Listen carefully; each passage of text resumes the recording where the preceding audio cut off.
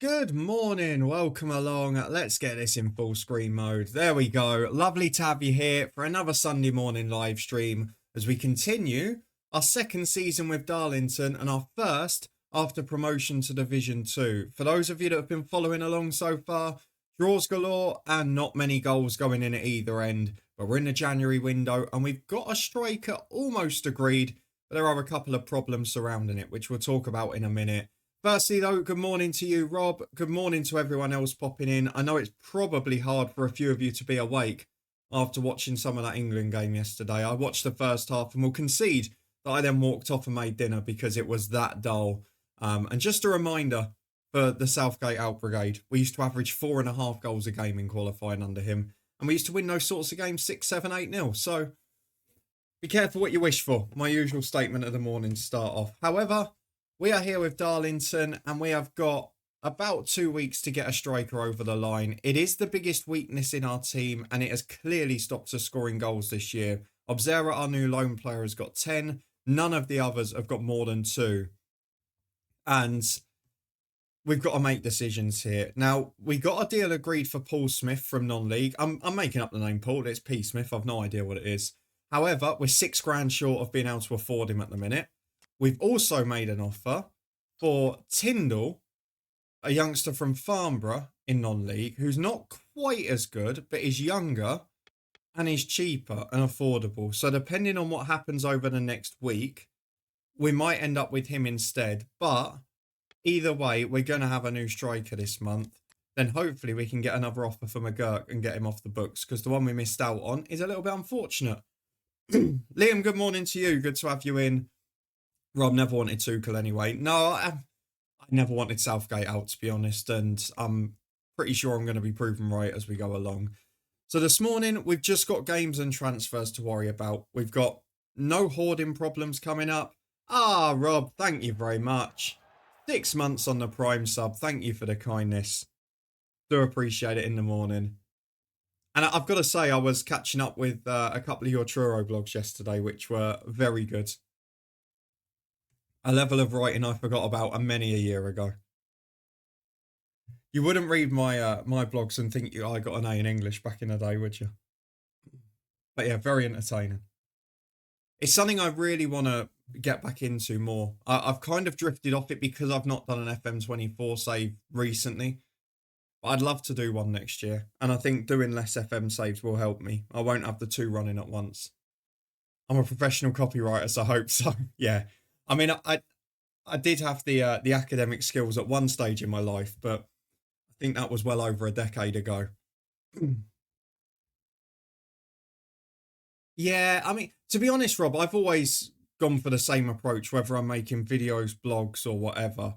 I always, after the first couple of years where I was going through the how do you make your channel blow up and how do you go big and all of this stuff, after that, when we got to lockdown, I just went, right, I've got to enjoy it now.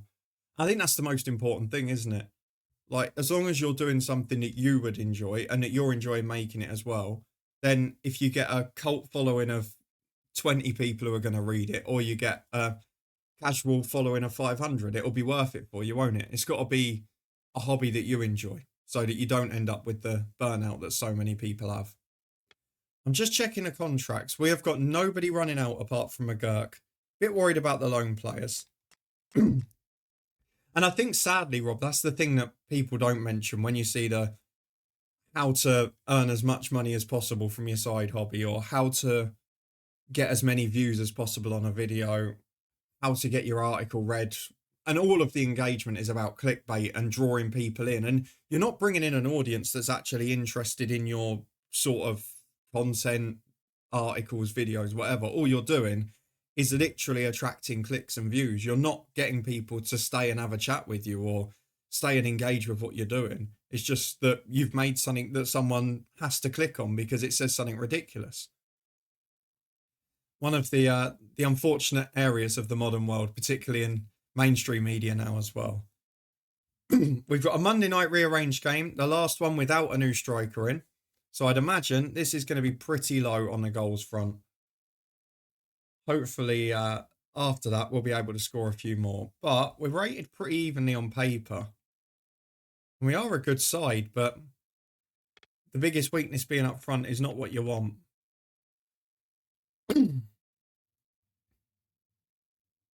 Yeah, exactly, Rob.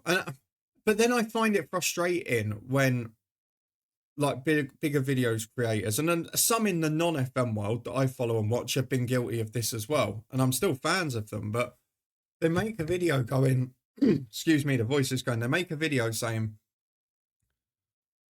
the negative comments or here's all the negativity I'm getting. But you've attracted those type of people in by saying, this is the clickbait thing I'm going to give you. And then when you go and do your actual passion or something completely different, you're going to get slagged off for it. And like there are some people who have made this big clickbait thing about making their save their style. And then if you go and do a different style of save after 6, 7, 8 years, people are going to go, well, where's this one all year? But you have to expect that. If you're selling that as, this is why my channel is going to be make me a full-time earner, and then you go and do something different, you obviously are going to get that, aren't you? It's a hard balancing act, I appreciate, but while you're doing some things to earn you the money if you're a full-time creator, you've also got to do some of the things that you would just enjoy to build that audience of people who, like us, are going to sit here, the 10 of us that pop along most evenings, mornings for live streams in peak times and go, this is what happened in the football yesterday. Because most of us just want to talk about lower league football or want to talk about a ridiculous second tier Welsh team in Football Manager in 24. I'm not as worried about FM26. And I know I wasn't that worried about last year's one, but, you know, Miles has been seen publicly recently. The thing is, you're going to get a lot of those videos in the next few months. Because, look, let's be honest here, Rob. If there had been an FM25, you would not hear a peep about FM26 until maybe August, where they say we're going to announce something at the end of the month or the start of September. But because there wasn't one last year, people are now going, oh, we haven't heard anything. It's going to be a disaster. But you wouldn't normally hear till August anyway. So that does confuse me a little bit, but I worry about the future of it to the extent of, is it going to follow the same model as you buy a game out of the box and that's it for the year? But then my hope is, you know, where everyone's panicking, and I've seen some people make clickbait videos again for that other game that's coming out, the Sega one powered by Football Manager. I can't remember what it's called again now.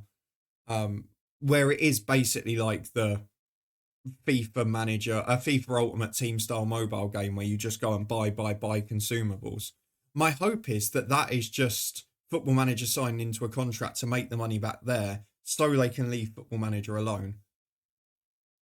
But the truth is nobody knows, and anyone who's making videos like that is doing it because they need to top up their earnings, quite frankly. So I'm not going to pay too much attention to it.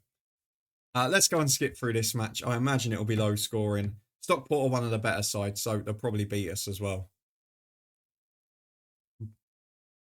Yeah, I would imagine it's Sega leaning on that to give it a bit of a boost. And the fact that Sega, after what's happened this year, are still leaning on the Football Manager name to give another game some clout, and the game where they're going to be earning money from consumables and things, that's probably a good sign, if anything. You've got to bear in mind, and I know people were disappointed about FM25 being cancelled, but in November last year, they delayed it to March and were relatively confident at the time that they could get a game out in March. It's not going to be that far away. And if not, Saudi have tapped into snooker. Hopefully there'll be a new snooker game out next year and we'll just play that for 6 months and we'll still have a good time. So not to worry regardless. There's plenty more old football management games I haven't played yet as well on here. Let's go through the highlights with Gary and Alan and see how we get on. Good morning to everyone popping in as well.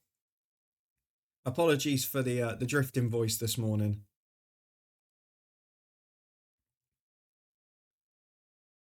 And apologies on behalf of our nation for the entertainment of the England game yesterday. To see if they could get a good run going against Stockport County. Can we end the drought? Let's see. Here's the first clip. Little bit of skill.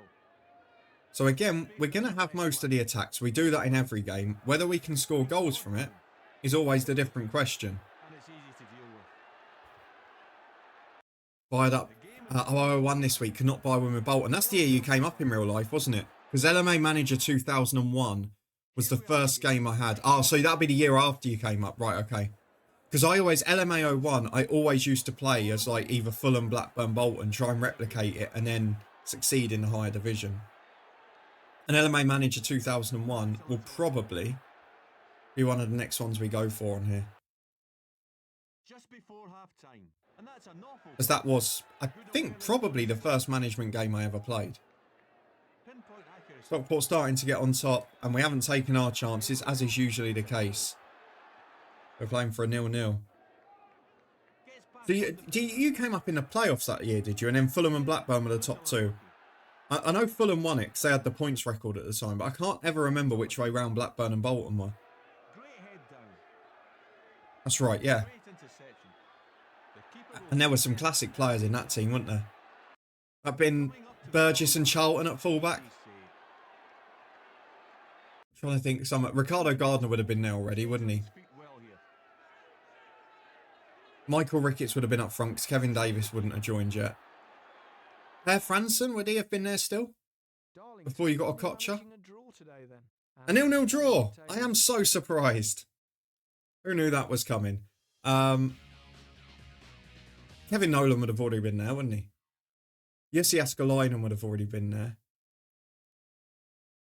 I can't remember the centre half's name. It was the old Steinson or something, wasn't it? Bergson, that's the one. Steinson came later, didn't he? Bergson, Bruno and Gotti and Colin Henry. How could I forget Bruno and Gotti? That's a disgrace. Scotty Mac, good morning to you. So another 0-0 draw. Yeah, Steinson's in this game or the one after, I think. Or am I thinking of FM06? He definitely popped up in one of the FMs I've been playing. I was back on 12 yesterday with my knee save as well. What year was Steinson? No, it would have been FM09. It was much later. It's amazing when you look at it how quick Big Sam built that Bolton team from a championship side into basically a team where half of it was in top trumps, which was huge at the time. So another point on the board. Look, we're securing our safety, which is the most important thing, but it's not a good sign. 11 points off the playoffs. Probably a bit too late. Yeah, I was playing FM09 with the save that I'm doing next on YouTube the other day. So it was probably that I'm remembering him from. I've got so many different old FMs and saves on the go. I keep mixing them up. Right, Tyndall has now accepted our offer. We can afford both. What would you do here? Because Smith is very slightly better, and we're talking the tiniest bit. But it's an extra 250 grand. It's more on the wages by about 250, 300 quid as well. Smith hasn't scored a goal in non-league this year, despite being rated brilliantly, whereas Tyndall has got a few. Tyndall's 19, Smith is 25. And Smith's out of contract in 5 months. So my thought is, I sign Tyndall now. We're not playing for anything. We're not going up. We're not going down. Do I sign Tyndall now and then in the summer try and get Smith on a free to go alongside him because Obzera's loan will then end? I think that's the plan I'm going to go for. So we're going to do the Tyndall one. We'll leave that there just in case anything goes wrong. And then we'll see.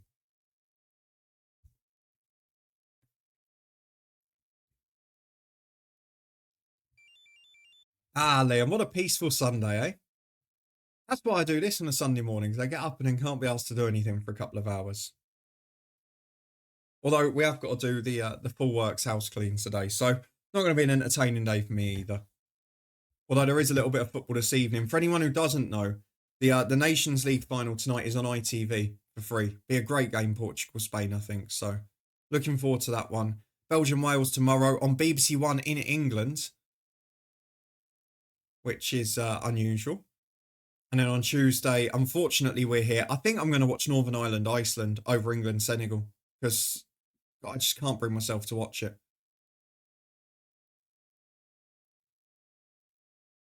So Tuesday night, I think it'll be a Northern Ireland watch-along. Scott on FM24. I'm Ratcliffe and one promotion, got third round of the FA Cup, got knocked out by Liverpool. I mean, that's the key bit, isn't it? The money you get there. Still won't give me a budget to get an assistant manager. Oh dear. I won't be watching England. No, I think Northern Ireland will be a more interesting game. Tyndall has joined us from Farnborough. That's big news because, look, he is an improvement and a quite significant one as well. He's even better than Obzera on paper. And that means then, Clark's 22. I think I might sell Naylor because he's 31. He struggled with injuries and he's not scoring goals despite the pace. Tyndall's actually really slow. He's a big target man. I didn't expect that. So Tyndall's a very different type of player. I better hope Smith's a bit quicker when he comes in next year if we get him on a free. You're a football and Scotland play. Yeah, I play on Monday night as well, so I never see the games there. It's a shame. I would have watched Belgium-Wales, but there you go. Let's also then get Naylor on the transfer list because he's not worth much money. His value's only going to decline now. And then next season, we'll try and get the free agent striker. We'll have the loans ending, so we're going to have to try and get a left winger. We're going to have to try and get a right back in. And then Harness is going to decline more, so we'll probably need a left back. And Niven's not the best in centre mid, although he is our second highest scorer, so maybe I have to leave him in there. We'll work it out either way. We got Preston in a cup next, haven't we? Right, we're getting offers for Naylor. Stramraz is the biggest. Then if we sell both of them, we've got to remember to promote a youth player so the deal gets done. Unfortunately, bar the goalkeepers, they are all diabolical.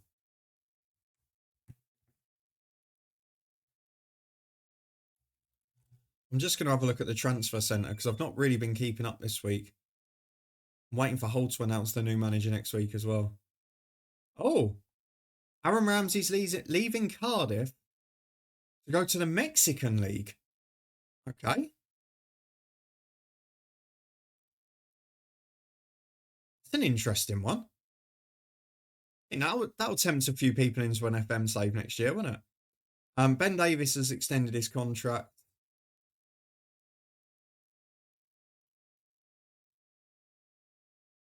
Wrexham are trying to sign Danny Ings. Jesus Christ. They're going to do it again, aren't they, with the big old names? Who's injured? Clark, 12 days. We can live with that.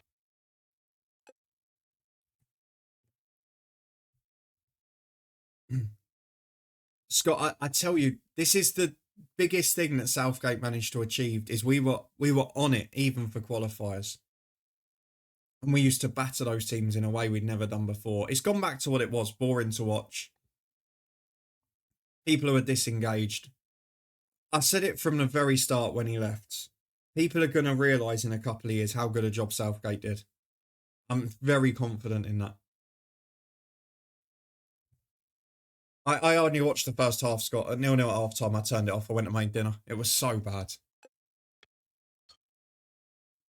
Why are you stopping us from selling people?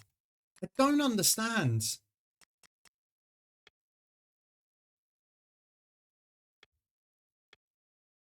Is it because Clark's injured? So Clark's got injured and now you're saying we've only got 18 outfield players. That's ridiculous. Been advised by the club I could not go for my 1.3 National A licence after I sit the one at the end of the month. That's bizarre. We're actually rated almost as well as Preston now. We're going to get a debut up front for Tyndall. We'll see what the fuss is about. And I think the rest of it will stay the same because we haven't played for 5 days. So most have nearly recovered. I don't suppose he's a specialist penalty taker, is he? Oh, he is. He's the best penalty taker at the club. Magnificent.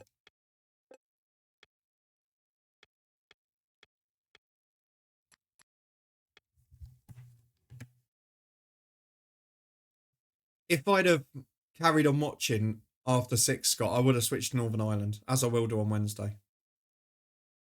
Oh, well, in fairness, Liam, that probably makes sense, but there's nothing to stop you going and doing it yourself, though. I'm pretty sure the coaching badge is cheaper in Scotland than they are down here, aren't they? Because a lot of people go to Scotland or Wales to get theirs done from here, because ours are extortionate. I'd love to go and do more, but again, it's the cost. Right, Preston in the cup. They're going to attack us, so we'll get a chance on the counter. And we've got a new big target man in. Will he win a few flick-ons? And will it help us score goals? That's all I need. It's just a sign. Just a sign that we're going to have a goal-scoring combination. It's a decent Preston team, isn't it? Dixon and Tuhu in the middle. Richard Cresswell, Graham Alexander, Michael Jackson, Chris Luckety. Bloody hell. That can't be Rob Edwards, can it? Not a left back. Surely not. 0-0 in an FA Cup replay. Anyone got odds on that? Seems to have given away a lot of free kicks there. I hope there's no red cards in it.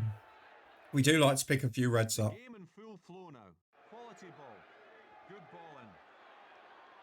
I mean, it's all Preston, but they're straight at the keeper so far.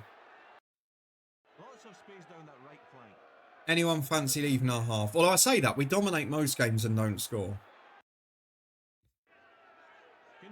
Yeah, absolutely, Scott. I mean, when I did the first one at 16-17, which was partially funded by score, if I could have gone and done more, I would have, financially. And if I ever get to the position where it's comfortable enough to do it, I'll definitely do them here. Get as many done as possible. Preston in. Good save.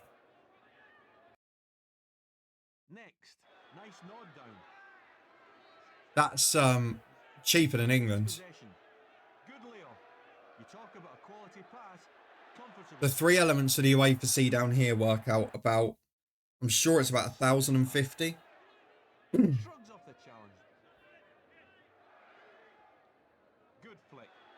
Into the front post, flicked on by Preston. I'm not seeing much of a goal threat. I'm putting it down to us playing a good championship team, or a good Division 1 team, sorry, but... Oh, nice turn. Can't stop us shooting from miles out. It's a little bit of replay. It's a 0-0 draw. Cannot stop us shooting from everywhere.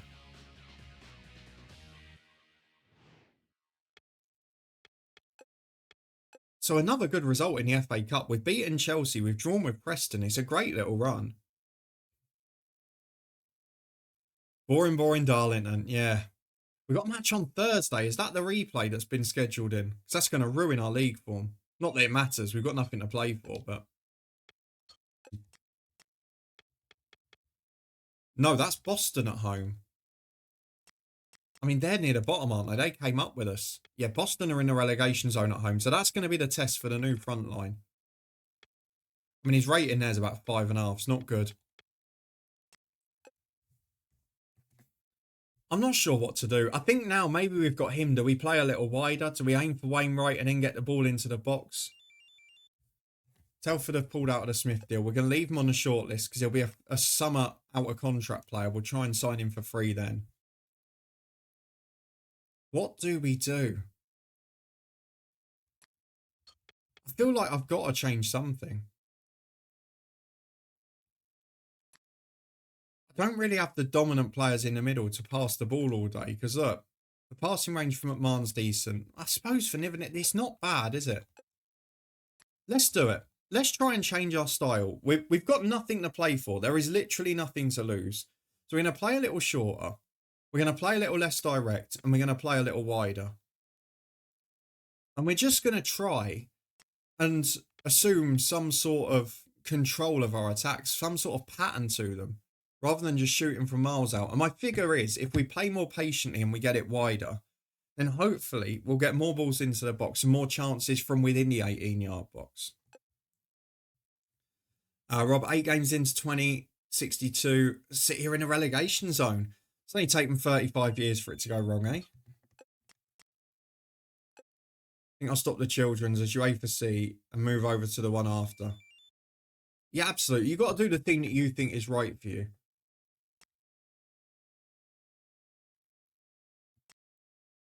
Like now I'm at a stage where I'd only probably do the adult versions. Once I get past, like the initial one is the introduction to coaching here, but then you've got your pathway of children, goalkeepers, adults. I'd probably go the adult pathway.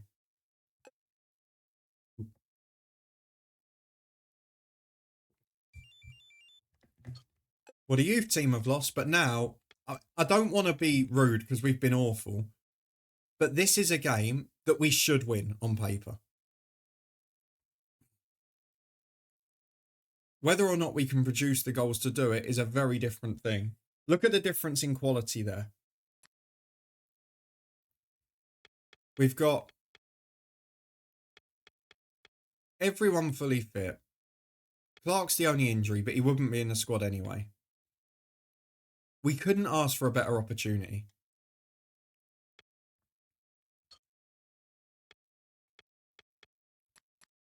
Will the new tactic produce any goods? Let's see. They've just moved into the 81,000 Pep Guardiola Park, so it'd be quite funny if they got relegated. A bit like the FMO6 save where we had United down there, but it didn't quite come off in the end. I just wanted them to go down because they stolen company from us, but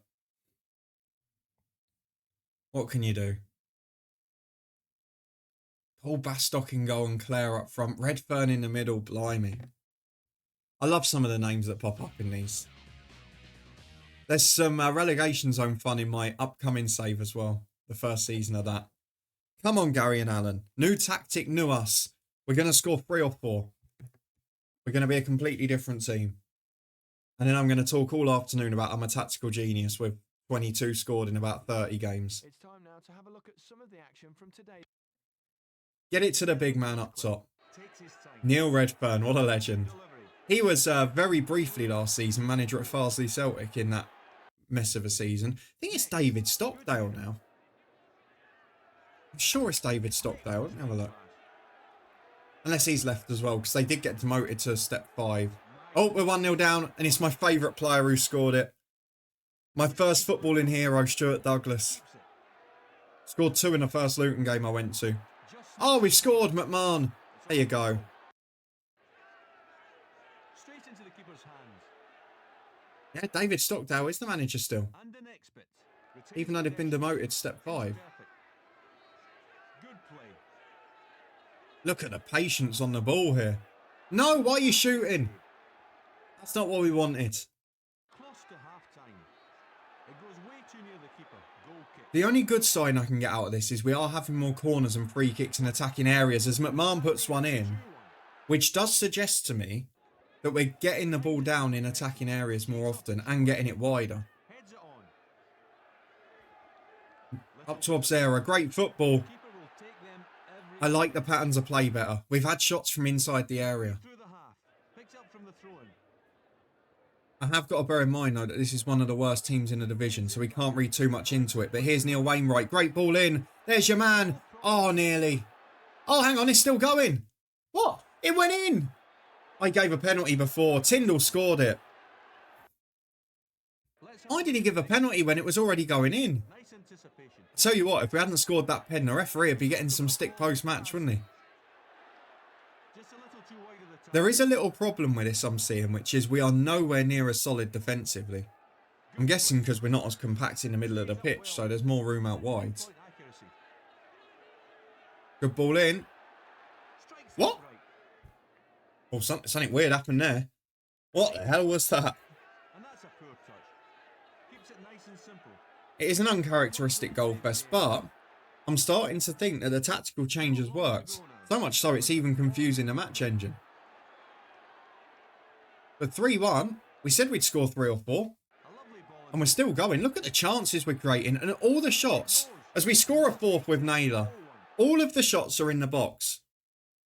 So, I love it. What did you think to Big Ange being fired from Tottenham? Good morning, Dan. If it was most other clubs, I would say I get it because it's been a terrible league season. But for Spurs, the hardest thing to do was create a winning mentality and to win a trophy, and he did that. But I don't know who they're going to get. I think their squad, I was looking at it the other day when people were talking about how disgraceful it was, and I put their squad down on paper. I think, is it better than, it's obviously not better than the rest of the big 6 on paper. Even Manchester United's. As a squad, it's not better.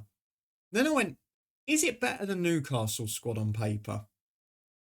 Probably not. Is it better than Aston Villa's squad on paper? Probably not. Then I looked at others, went, is it better than West Ham's squad on paper? Maybe. Probably about even. Is it better than Crystal Palace's squad on paper? Maybe, probably about even. And then you think, actually, the recruitment at Spurs has been so poor. They've gone for cheap options. Instead of going out and getting a top-class winger, they've bought in Timo Werner over the last year and a half. Like, Ange hasn't been backed massively. And that's proven by the squad depth that they've got in comparison. Like, their starting 11's very good, but beyond it,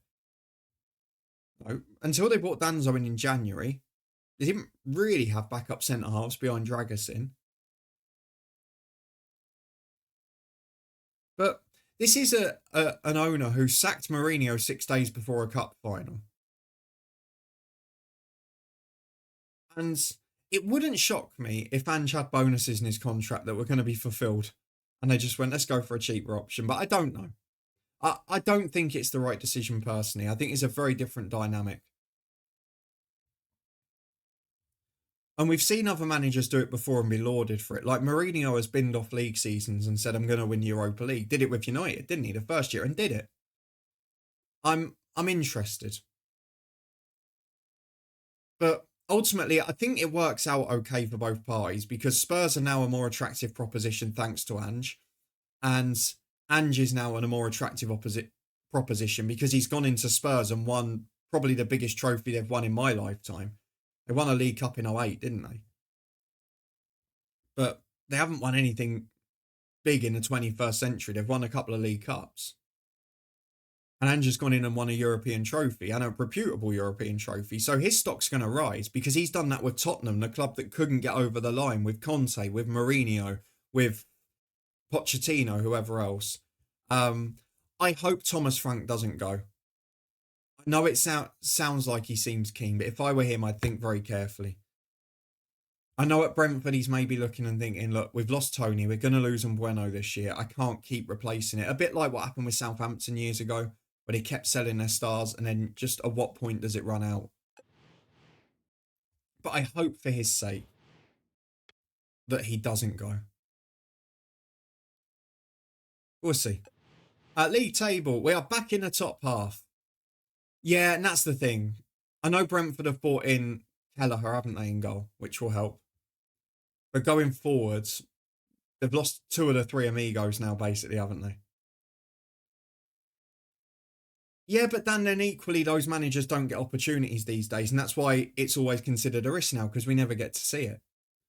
We are still 12 points off the playoffs, but we're not in any threat of relegation, so we can now try and enjoy getting this new tactic bedded in, and then next year, hopefully we'll be superstars. Cue another 0-0 on Saturday. But then Spurs have done the big name manager route and it doesn't work because Levy doesn't like a situation where he hasn't got the power over people. I mean, let's have a look at the favourites after Frank.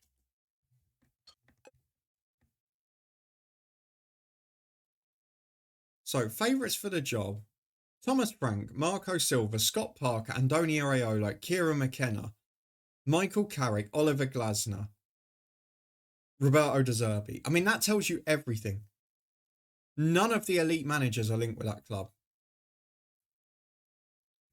Like the ones who have been managing right at the top of football for a few years. None of them are there. Javi's drifted into 22s. That would be interesting if you went for it. I mean, I actually think the best manager for Spurs would probably be Southgate out of what's available, but that would never happen. Because English fans have got this weird thing against him. I actually think if Southgate waits another year, and Xavi being a free agent is what's going to be tempting because they won't have to pay any more compensation. I actually think if English teams at the top wait another year, Southgate will look like a far better manager to hire. It's whether he wants to wait that long. If I was Southgate, I'd go manage abroad, to be honest, but there you go. Right, let's see who's fit for this, because we only played 2 days ago. I mean, no one's in awful nick. I think we can go for it again. Same 11, same amended tactic, but we're against far better opposition. But then you're saying Frank isn't a big name manager, but then go for Iraola, which is exactly the same boat. What I find funny about this, everyone was lauding Bournemouth last year. Like, oh, they've done so well under Iraola. Then if you look at the league table at the end, they finished behind Brighton with Fabian Hertzler, who was a novice, complete novice. They finished level on points with Brentford. They finished two ahead of Fulham, 3 ahead of Palace, but Palace won the FA Cup. I mean, David Moyes nearly caught them in the end, starting from the relegation zone.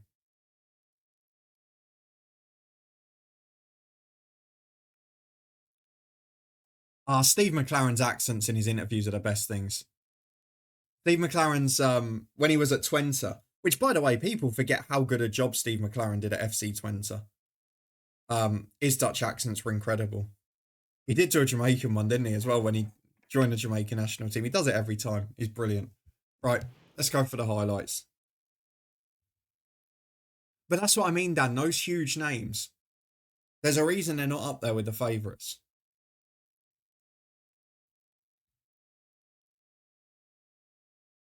In different form, the curse. A victory may provide. Look at this Reading team. Show you the best of the action now from today's game, featuring Darlington.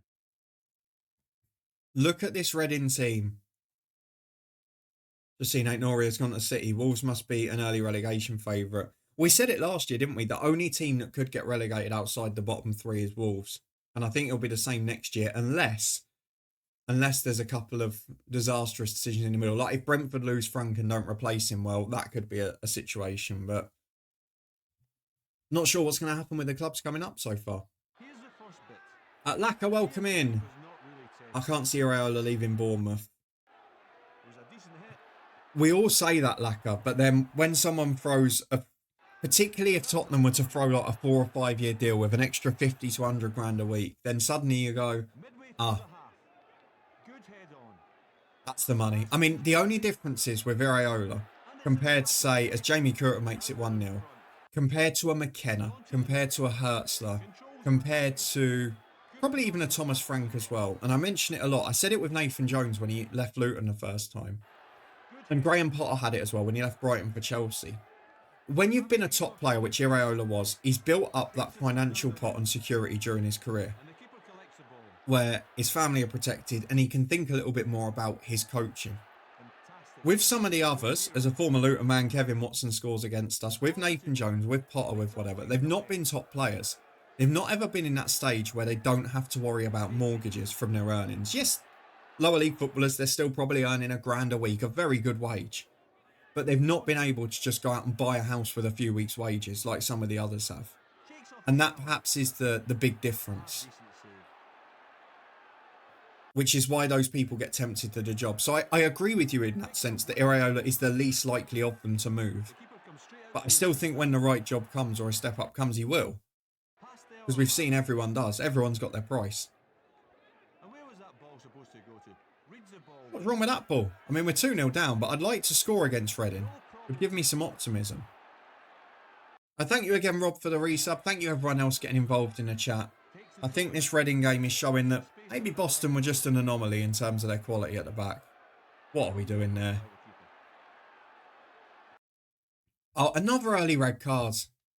Seriously, what can I do? I can't change the aggression or the tactics here to make that stop. I can't do anything about it. I mean, Reading are right up the top, aren't they? Yeah, Reading are second in the league, so let's not read too much into that. It was 2 days after the other game. We've got to give the tactic time to bed in. Oh, we got manager of the month. Stunning results. A 0-0 stunning results.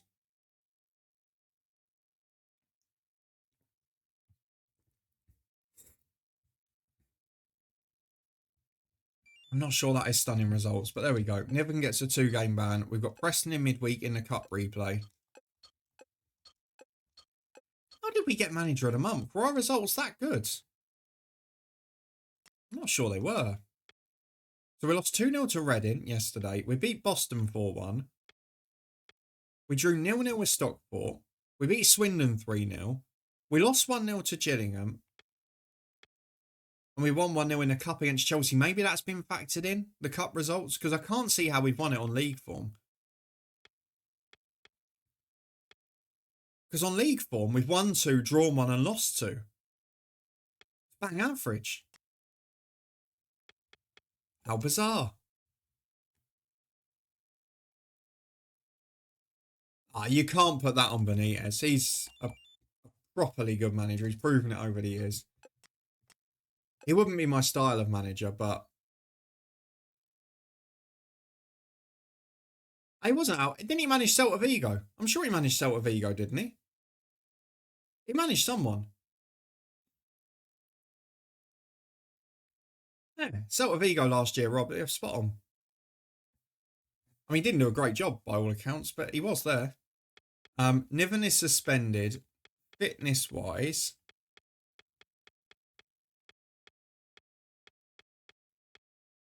I'm going to make a few changes here. Or do I just go for it in the cup game? So the league season has nothing to play for. Let's go for the cup. Naylor's going to go in centre midfield. Ford on the bench. Let's have a go at it.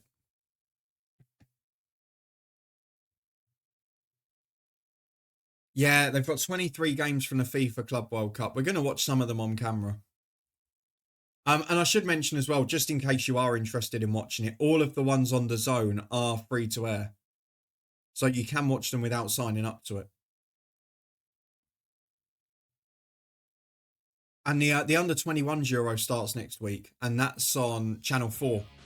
Most of the games are on 4/7, which is a Freeview channel as well. And then there's some on like YouTube, there's some online on all four. But yeah, lots of free football this summer if you want it. Then you've got the Women's Euros, which is across the free channels as well. So there is a bit to watch this summer. I found it weird when I assumed when I saw that the Club World Cup, some of it was going to be on Channel 5, that they just have like all the English games and then like the evening games. But the first day they've got Al Ahly v Inter Miami at 1 o'clock in the morning on a Sunday, which I found a bit weird. But then like they've not got PSG v Atletico at 8 o'clock. So they've obviously not just got the first picks. They've got some of the English or all of the English games and then a few other ones featuring other teams. But like, so the first Saturday, they've not got the evening games or anything, but they've got Bayern v Boca Juniors in the middle of the night.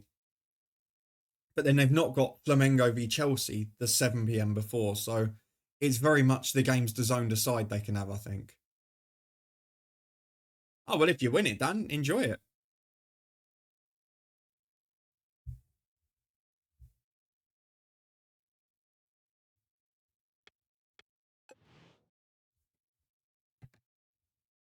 I don't think I've ever won a big competition, so you'll be doing better than me if you win one. Let's see how we get on in the cup replay. It is a slightly rotated team for Preston. So it's fitness versus quality here. Although they've probably still got the quality edge as well. They dominated the first game. Let's see if they do today. No, I've never flown either. Preston score 1-0. Been our short first journey for you, wasn't it? Just half the world away. Come on, give us a goal. See, against Boston, I got excited because we're having lots of shots in the box, but it's starting to look like a one-off now. Maybe it's just because they were terrible. It's looking more and more likely, isn't it?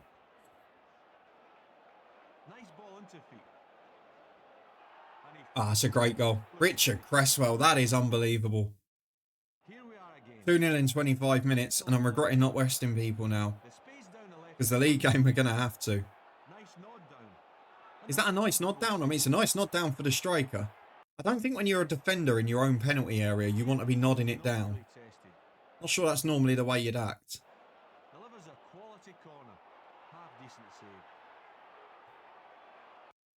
Yeah, the goal threat, it was a one-off game, wasn't it? You know the expression, getting a bit too excited too soon. I've definitely gone too early with this one. So, the next clip. Good awareness wins the ball. A reminder as well, we are live on Tuesday night. We'll be watching Northern Ireland versus Iceland, see if they can do better than the Scots did. And, I thought that was going to be 3. Let's have a look at the next clip. Confirmed Boston were just rubbish. Yeah, it's starting to look that way, isn't it? What's the keeper doing? Dixon a two who passes it into the empty net. The keeper standing leaning on his post. Oh, this is bad. The problem is, and we did say it against Boston, we're more open defensively now. So when we come up against the better teams, we're more likely to get outplayed. And if that's what we can produce with a shot from 12 yards, we're in a bit of trouble. And it's 4. Alan Hampson sums it up. Dear oh dear. So after 4 scored against Boston, we've now gone 2 without scoring. The FA Cup run is over. The Manager of the Month curse lives on. And we've got to recover in 3 days, which I don't think is going to happen. Short-lived fun, eh? Bristol City are next up. They're in the relegation zone last time I checked.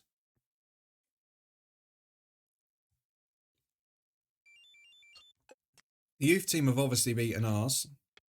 Niven's still suspended, and the fitness, it's not great. It's really not great.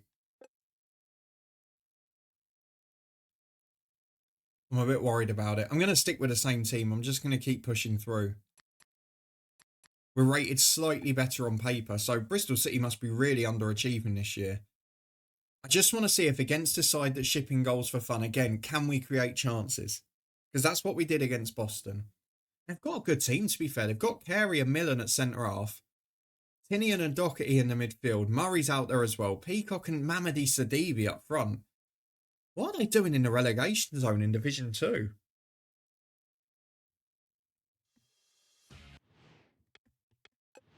Come on, then.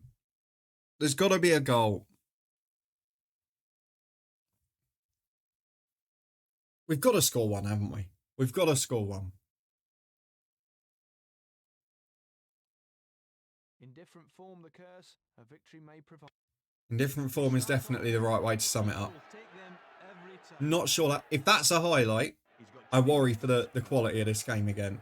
Here, the keeper's not really tested. Let's have a look at the next clip. Oh, Bristol City on top. Straight into the keeper. They're shooting from miles out though. Can we get shots in the area? Here we are again. Lots of space. I'm a bit concerned that we're playing against the team, but look how open we are at the back now. We've lost our defensive solidity by trying to be more aggressive, but if we don't then score goals, it's not going to matter. And then this happened. We're better off going back to drawing 0-0 because they're battering us. This lot are in the relegation zone.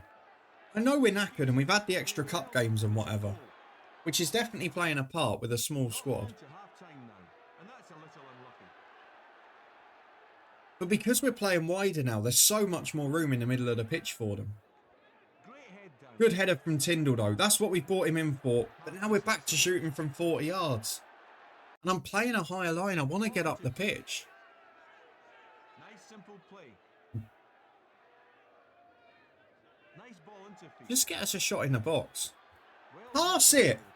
We're playing more patient and you're not passing the ball. Way through the second half. It's driving me nuts. Picked up from the throw-in. Nice. Do you know what? I might actually experiment in the next game or two. I might experiment with going all the way down to the most patient and the shortest passing and just see if it makes any difference. Because if so, there's no point us watching this if it doesn't. Accurate. In the box, shoot! A decent save here. It's going to be 0-0 again. Long to go now. Takes his time. Or is it? We're not going to lose 1-0, are we? Score. Over the bar. At least they're getting shots in the box. It's another 0-0. It's scandalous. I cannot stop drawing 0-0. I feel like I'm on the verge of having tried everything. Other than a tactical change. But any tactical change is going to mean 1 up front instead of 2.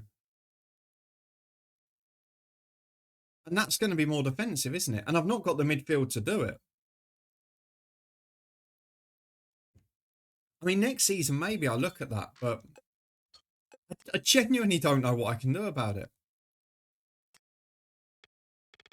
What's the game after Luton? Because I don't really want to do it against them.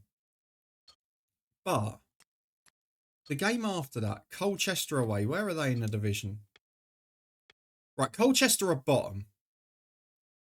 So the game after this, when we play Colchester, I'm going to change everything to the most patient it can be. I just want to see if it affects the highlights. We'll do the shortest passing, the most patient build-up. Play as wide as possible so we stop having those shots in the middle.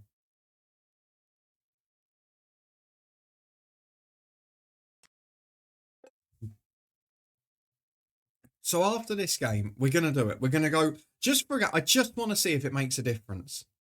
Or whether I'm just having fun for the sake of it. Niven should be back for this one, which will improve the midfield at least. And we should be back to nearly full fitness after a week off. Everyone's fine. So let's get through this game. And then we're just going to do a literal test to see what happens.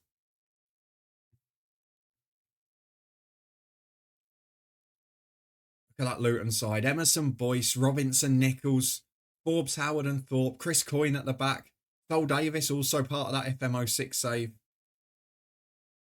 You can see we did build that side over a number of years. It was a good team. I'm sure it'll be too strong for us here. Or will it be 0-0? You never know. Although with us, you probably do. Howden Thorpe. Classic big man, little man. Darlington were today looking to climb above their mid-table position. Don't think we are, mate. Let's take a look then. Heads it on. Right, this will be a laugh. Good header. Great head down. Luton in. Oh, woodwork. Hang on, rebounds. Oh, we get away with it. Good tackle, that. The action continued here. Gets the ball down with his head. Looks like we're going to be second best in this game. Just shrugs them off. Heads it down. I can't wait to see what difference it makes to the highlights. If it's none, we're not going to watch the highlights after it. Intercepts the ball well here.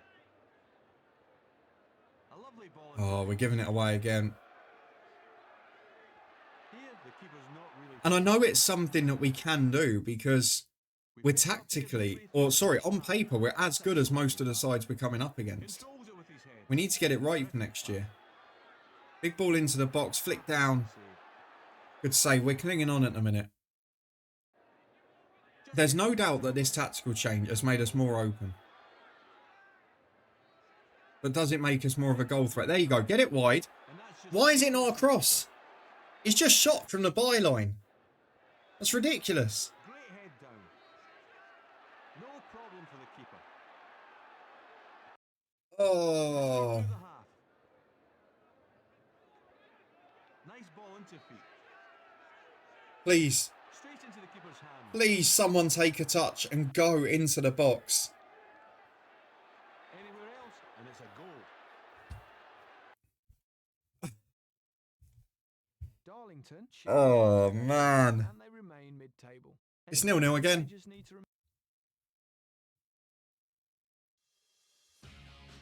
I mean, we're keeping out some of the best strike forces in the division. It's a great sign.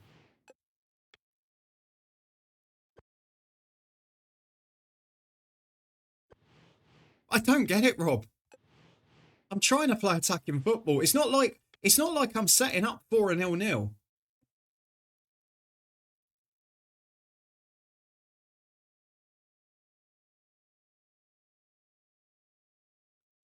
I'm producing worse football in England against Andorra. It's ridiculous. Right, it's time for the experiment, though. We're going to get to next weekend.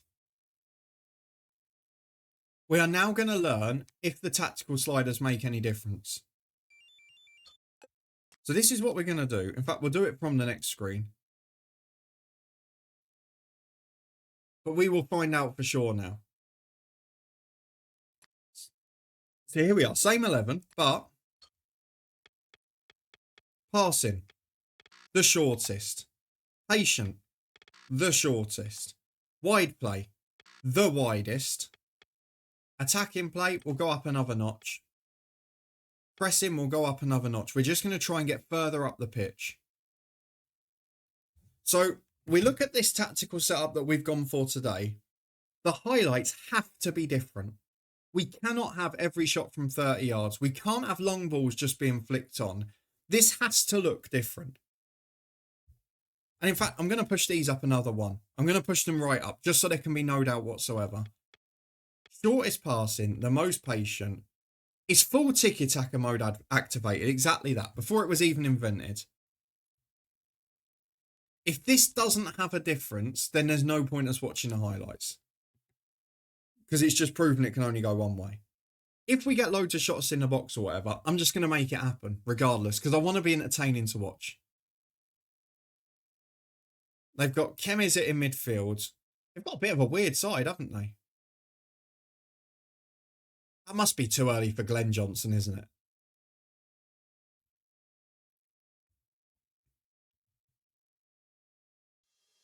This is the moment of truth.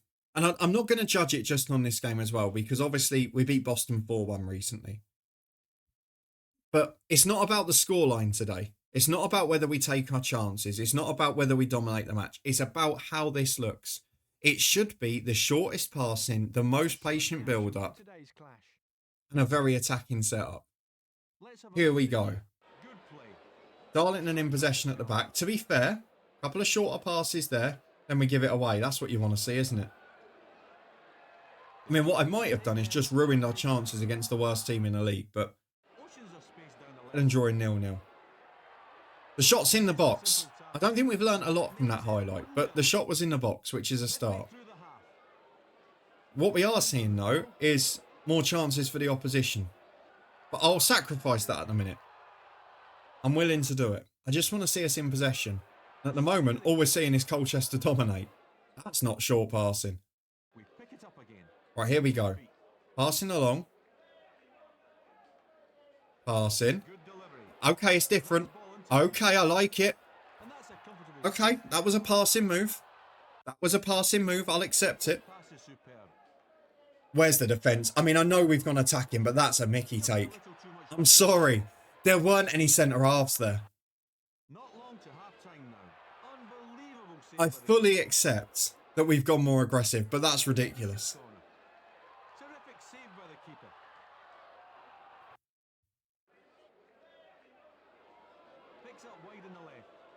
I mean, it's still a long ball and a flick on, and it's still a bit of a wild shot, but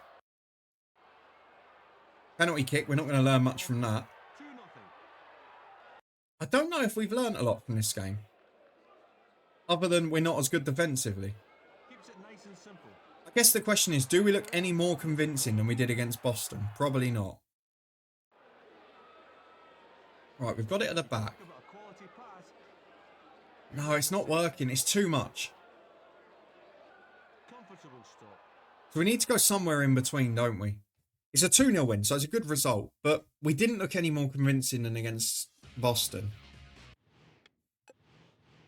And actually, if anything, we gave away so many chances. But it is another win. We're 1 away from the 50-point mark, or near enough. Which we're not going to need anyway, looking at the table. And the playoffs are 15 away, so we're not going to make that. So I am going to keep tinkering until I find something that works. So I think we don't quite want to go that short and patient. But we do want to keep it shorter than we've been playing. Maybe bring each of the sliders 1 away from the extreme area. And probably put the pressing and the attacking to where I had it prior to the last change. So if we go next game for that, I do like the shorter passing. But do I want it to go forward a bit quicker to the attacking players? I don't know. Because even that looks fairly indirect. Let's go for that. Exactly, it could just be a rubbish opponent. The one thing I am pleased with is that you could see the difference in the passing in the match engine and the highlights. Like, we were trying to build the ball up. But the patience at the back was costing us possession. So I'd like to keep it short, but maybe not quite as patient defensively.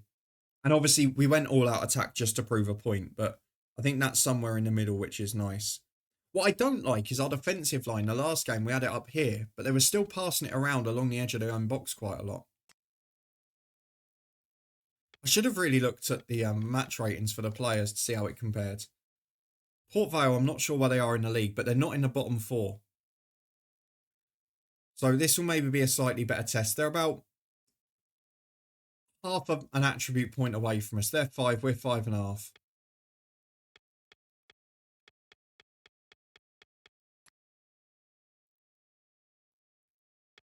I might leave in a strop if this one ends up being 0-0 as well, because I don't feel I can try anymore. So this might be an abrupt ending to the stream, but if we win it and we look nice, or either of those things, I'll be a bit more relaxed. They've only got 2 defenders on the pitch. They've got a lot of midfielders dropping in. Mark Bridge Wilkinson out wide. Oh, please. Please. And then if it is, we can build a pass inside. We're going to get a new left winger next year. We can get someone who can play in the middle and be a bit more of a passing maestro. We can get a new left back who can keep the ball nicely.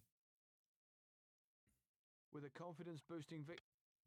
Let's see what we do. Here we go then. 2nd minute highlight. Scrappy, I would describe this as so far. Nice ball into. Good ball to Wainwright. That's nice. And that's a comfortable save. Again, he's not really gone into the box. He's just hit it from distance. The keeper will take them every time. Comes in from the And there's no doubt we're giving up more chances since we changed the style, which is weird. Because you'd expect us to have more of the ball and dominate the game a bit more, but maybe we're just being too aggressive. And we have got a slow back line. No! No! Why are you shooting from there again? He does well to get the ball here. So if you're not on the most dramatic slider for patient build-up, Here, the keeper you're just going to keep shooting from 30 yards. Is that it? The space down the right is unbelievable. Straight at the keeper. What's changed from the first half of season 1? Good play. It can't be the tactic because everyone used to play 4-4-2 back here. And it's easy to deal with. Past the hour mark. A nice pass. I'm going to go and have to look so deep into the Bristol Rovers save I've got off camera and see what the difference is. Because this is the problem with what we're doing now. Makes it I mean, the keeper does well, but we're so open at the back. thrown to him. Little bit of skill. And we're playing against worse teams and giving up so many opportunities and getting outplayed, which isn't how it should be. Delivers a quality corner. Comfortable stop. And despite all of the changes, the fact we're getting outplayed, Down that right flank. And that's a bad pass. Great interception. despite all of that, That's a superb pass. Straight it's to still going to be 0-0. I can't stop it. So only a draw. I for cannot Darlington. stop it being 0-0. Mid-table. Any aspect that held them back today, Alan?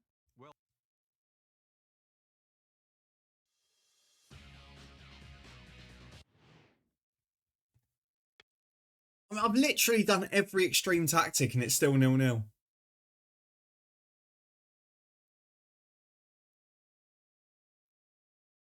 I mean, look at the goals.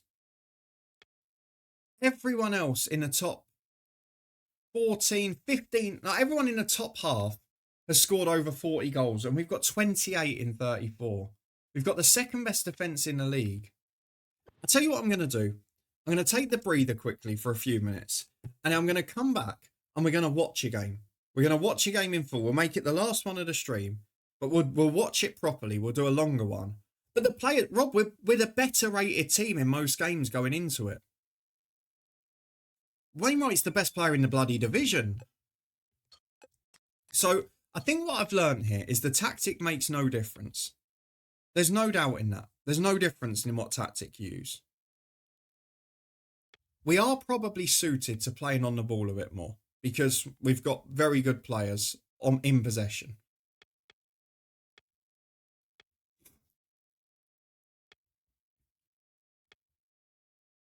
I don't want to play on the counter-attack because it's not the style of play we've got. We've not got a lot of pace. We've not got a lot of dribbling ability. We're more possession-based. Am I doing anything in training? I mean, I guess that's the one thing, is that the training hasn't yet adapted to the way we're playing at the minute in terms of possession. What lovely little graphics they are. Tuesday night we play. Mansfield were 3 places below us. So what we're going to do, we're going to take our breather, we're going to come back, and we're going to watch that game as an actual match. and we'll see how we get on. So stick with us. We'll be back in 3 minutes, and we're going to see what on earth is going on whilst watching live. And maybe that will make the difference and score us goals. I don't know. We'll see you in 3.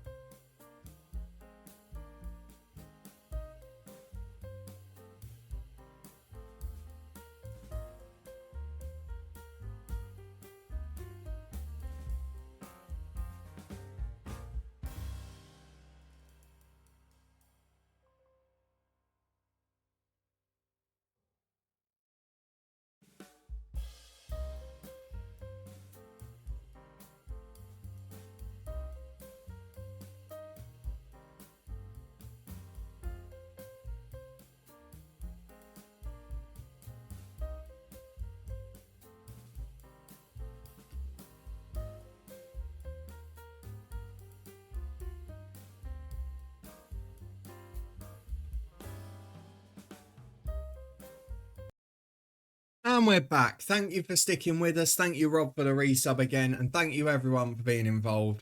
You are talking about the positives, which is we're not getting battered every week, which is great. We're barely conceding goals. But my point is, that makes it more frustrating because if we could find a way to score goals with the best winger in the division and now a couple of good young attackers, we would be able to go on a real run in the top 6 because everything else is there.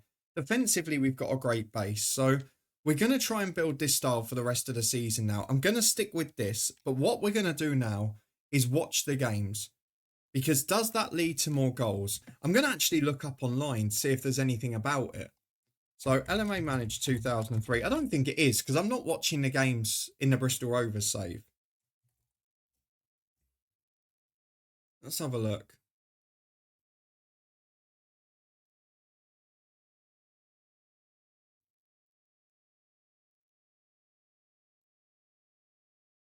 Is there anything about it?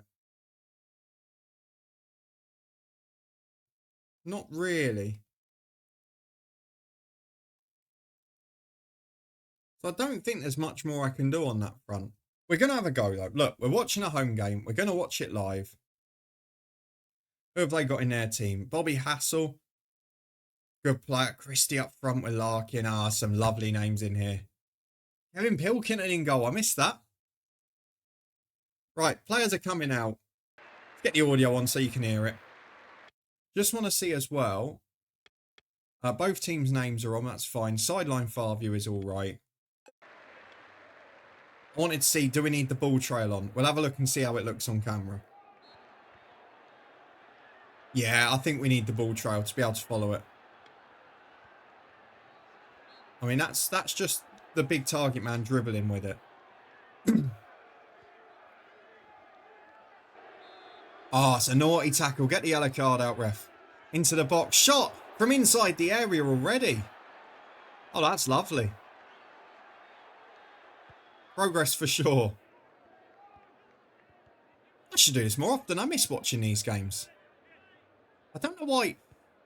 This is something that's puzzling me as well. We're playing short, patient passing, but we keep dribbling around with the ball in defence, which we've not set anyone to do. It's a bit scrappy, isn't it? I'm already 1 down. Oh my God. I mean, it's not 0-0. It's not 0-0.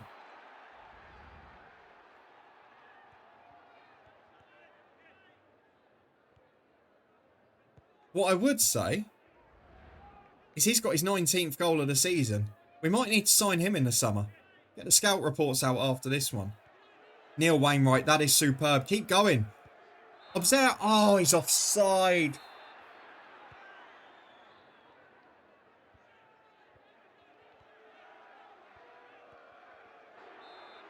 The only thing that watching the match is going to do is make us worse defensively, isn't it?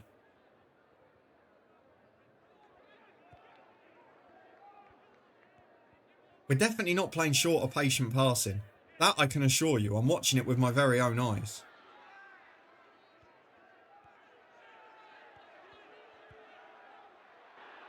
Interesting. Jumbo, welcome in. Good to have you here. Don't believe all the paper talk, Jumbo. I do like that you're moving your... You've obviously had some data shared, haven't you? In terms of recruitment. Players that maybe Brighton have looked at that aren't anywhere near good enough for them. But they feel have got the right character. Then maybe could play at a lower level. What a finish, Rob. Yeah, what a shame that... I don't understand this. We've not even an attack, really, since the first 3 minutes.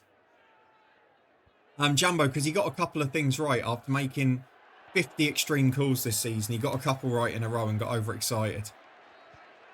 Oh, good patient build-up that, but it's worked. Oh, God's sake, where's your first touch? This is frustrating me more than watching the highlights now. I love the layout, but why are we so bad?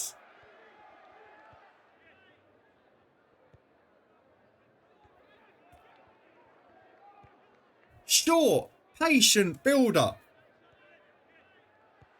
Short, patient build-up.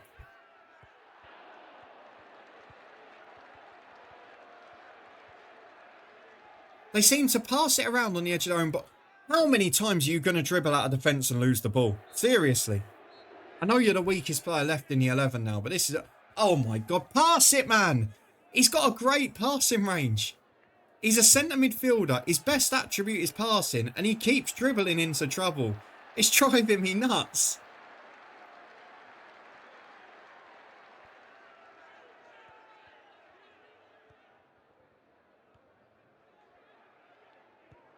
Why are they not passing it? It's not even it's the match engine, because the Mansfield players are passing it. They're not just dribbling into trouble.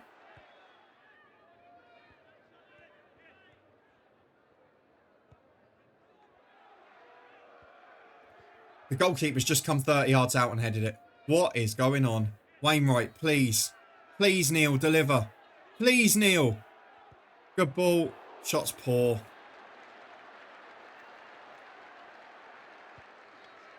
Oh, man. We're booed off. But Jumbo, what's probably happened is they've offered him a deal and he hasn't answered yet. So in which case they can't. Right, physically, Niven's the worst player on the pitch at the minute, and he's been poor. So I think I'm going to take him off. We look at the match rating. I mean, everyone's rated okay without doing anything different.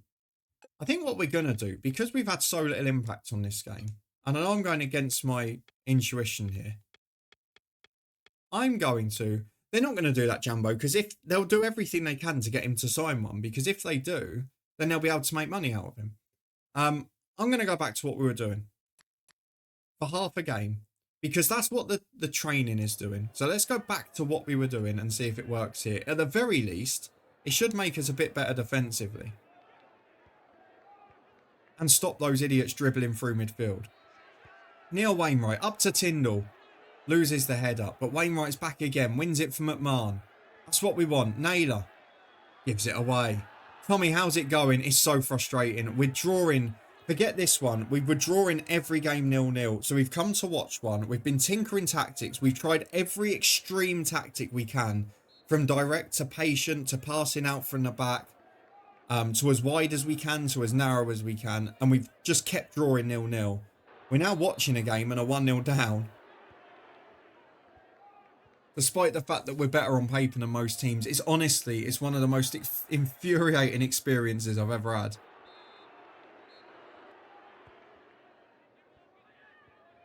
Yeah, you're not going to get much out of FC 25 manager though, are you? Let's be honest.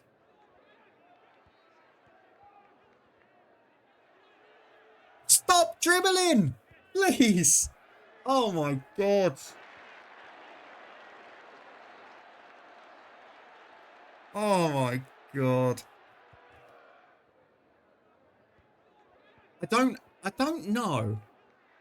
Apart from when I've been in the head coach with John Murtaugh or Chris Casper as my director of football, I don't think I've ever been this annoyed. Certainly for on the pitch action, I've not been this annoyed because I can't explain what's happening. Right, with 25 to go. Substitutes, let's make them. 2 more to go. Who's playing poorly? Wainwright's the worst player. Wainwright is the worst player on the pitch.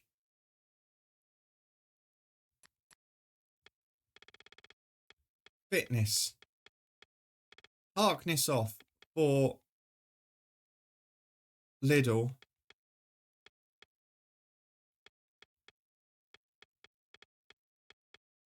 Tyndall off for Conlon.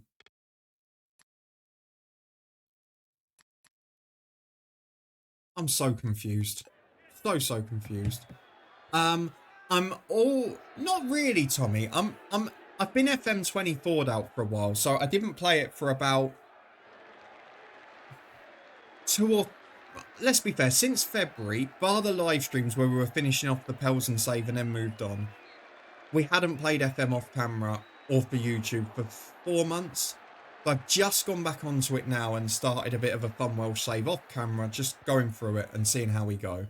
But in FM 24 terms, yes, I'm probably FM'd out. But I've still had great fun playing the old FM. So we did the FM 06 save on YouTube. We're going to start another old FM save soon, which I've recorded the first year of. So I'm still loving Football Manager, but I'm more going for the old nostalgia saves rather than FM 24 at the minute. And I just thought, look, FM 25's not coming out. Whatever sort of videos I make now, not really going to make any money or anything from that sort of view. Not going to grow the channel massively. So let's just have a bit of fun and do the things that we would do anyway. And that's always been my policy. And I wanted to play some of the old games, so that's what we've done. I'm not telling you yet, Jumbo. All I can say is I've recorded 5 episodes of it. And we'll continue to do so. And then it will probably be out maybe the week after I get back from Luton. I want to get through a full season and the transfer window before I start it, just so I don't end up behind. As Liddell on the left, works down the line to Tlizov. Can we find an equaliser? I mean, no matter what we're doing here, we're still not scoring a goal. That's the long and short of it. What is with the dribbling? Everyone's just dribbling all day. There is nothing tactically to suggest we should be doing it. Oh, anyone, please. Yeah, we were talking about it a bit earlier. Tommy, we were talking earlier about, obviously a lot of creators, because they build their audience on certain titles, like for them when they do something different, the problems they have are huge because people are expecting a certain thing that they've built up, and we've resorted with some of them to seeing them go on about just random rumours and speculation about what FM26 might or might not be, and that's not helpful either for the game because that just riles up the fan base. But obviously they've got to pay their bills, which is why they're doing it. Jambo, yeah, I could probably see that because, like, if you go on my scale, which is what my channel's 20th of the size of Lelujo's, and maybe my average daily viewer base maybe a 10th of the size. Right, we've lost 1-0. I've give up on this for today. I'm going to have to let it go. But so from my point of view, Jambo, we've lost sponsorships, we've lost ad revenue, and we've lost like smaller audience on Twitch, and probably with the like the people who had bought the game through the link as well, where that's been refunded. I'd probably say my channel would be 3,000 to 4,000 lost over the year, which for me is 80% of the income from it. I'd probably usually get around 5k a year income from this and the podcast, whereas this year it'll probably be 1 to 1.5. Thankfully, the podcast is doing well. So given the fact that they would have that, they would have more merch, they would have more ad revenue, they'd have bigger sponsorships, then they'd obviously lose a lot of, probably half of the size audience they normally have on Twitch. But then equally, Jambo, the reason it's more of a problem for them, yeah, it's because they've invested more. And then if you've not got they're investing before the income. So they're investing with the build up to a new game. Then if the new game doesn't come out, and I've always been cautious financially. So my point was, so you mentioned that the click-throughs where they'd had pre-orders of the game, and I know one of them went on, I can't remember what it was, said about, I'd spent 1,000 of that because I'd already had the income there, but the money hadn't been received. It's just that you'd seen that you've got £1,000 of pending income when the next FM comes out. Now, I wouldn't spend that until the game came out and the money went into my bank account. But some of them obviously don't think that way. And that's obviously because they're trying to steal a march on the competition for their full-time job before the game comes out. Whereas for me, doing it as a hobby, I go, well, I'll wait till the money comes in and then I'll spend it.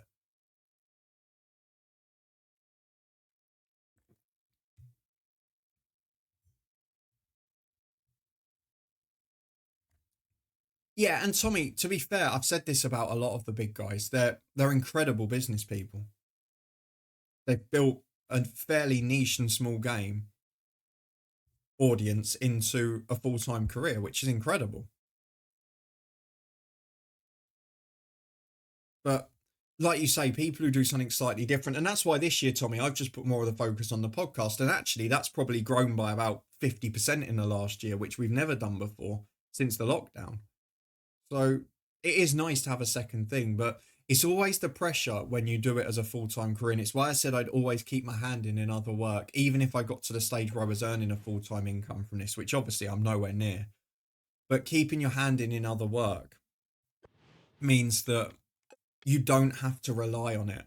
And you don't then have to scramble around and make sort of rumour mill videos or things that you don't like or you're not invested in because you need to pay your bills. And that's something that's really important to me.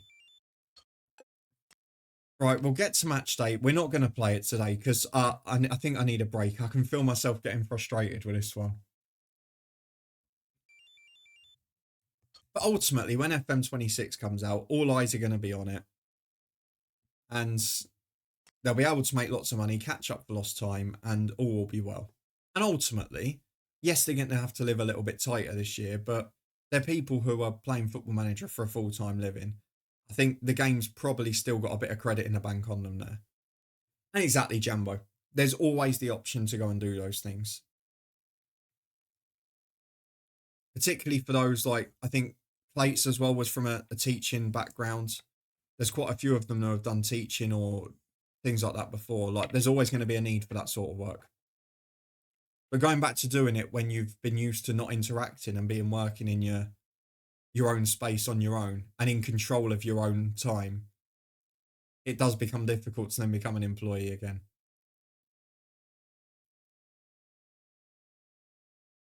Exactly, Tommy. Like for me, I've got the perfect balance now where I've been able to drop a day a week of my work, and this mostly covers it. Doesn't completely cover it, but I can live a bit tighter. I'd rather buy a bit less. I don't really care about the material stuff, the big holidays and all that. I'd rather not have that and just be able to have a chilled life.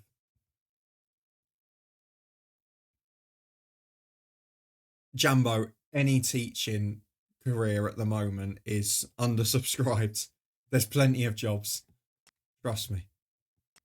Right, we're going to leave it at this one for now because I think I've worn myself into frustration this morning. I've no idea what I'm going to do. Tactically, personnel-wise, how I get the best out of Neil Wainwright, who was flying at the start of this save. I don't know what I'm going to do. I'm going to take a couple of days to try and work it out. Teaching is undersubscribed and underpaid, exactly. But if you're doing it freelance and supply work and that, and you just go in for the odd day at your own choosing, then you can earn big money out of it. The same with nursing's an underpaid and undersubscribed career, but then if you go on locum, you do all right. Yeah, tutoring may be a bit different and a different demographic you're catering to. Whereas teaching, you can just go in as a one-day supply somewhere. And he was working with older kids. It's not like he was going into like primary schools and high schools where people were going to be all over the place. If you're going into like a college or something, you've generally got people who have carried on their education to go there because they want to. And you've got a decent percentage of the class are going to want to learn. Rob, 51 goals combined in 35 games. Not great. It's a dismal record. And to be fair, that's only because we've conceded a couple now going to stupid attacking tactics. I don't really know what to do, but we'll work it out. Yeah, absolutely, Jambo. But that's my point. There are options there. It's just whether people want to take them. And I think people going crazy about the game when they would have been even more upset if a half-baked game had come out, as we've seen with other franchises before. And ultimately, that game has given them a career, which, yes, it works both ways. Those people have helped FM become more popular, but a little Football Manager game out of a studio in London has given them a career. Like, in the grand scheme of things, there's got to be a bit of balance there. And it's the balance, isn't it, Jumbo, between do you want stability or do you want to be in control of yourself completely, like have 100% of the decisions of how your life runs. And I've gone for a sort of middle ground. But it'll all be all right. It'll be resolved this year because Football Manager will be out in 4 or 5 months and everyone will get excited again. We're going to leave it here. We will be back on Tuesday night, the final stream before I go down south, and we will be live watching a bit of Northern Ireland because I can't do the England games. And we'll be trying to score some goals in this one. I've got to find a tactic that works. And eventually we'll be able to do so. But thank you very much for being here this morning. Thank you, Rob, for the resub. Thank you, everyone, for getting involved in the chat. Jambo, yeah, the graphics has never been the main thing for FM for me, but it will still be intriguing to see what it looks like. Let's see if there's anyone we can go and raid who's live at the minute. Is there anyone playing FM? No, there is not. Second yellow card's the only one, but for some reason it won't let me go over and raid. There is someone playing it. Good Snark is playing FM 24 and FM Ramster is playing 24. Let's go over to FM Ramster and see what it's like. Hopefully you'll enjoy it. Thank you very much for spending your morning with me. And we'll see you again here on Tuesday evening for an international watch along. And of course, a bit more of the 0-0 draws from LMA 03. I was about to say 25. You're right, Jambo. I'll see you on Tuesday. Have a good one.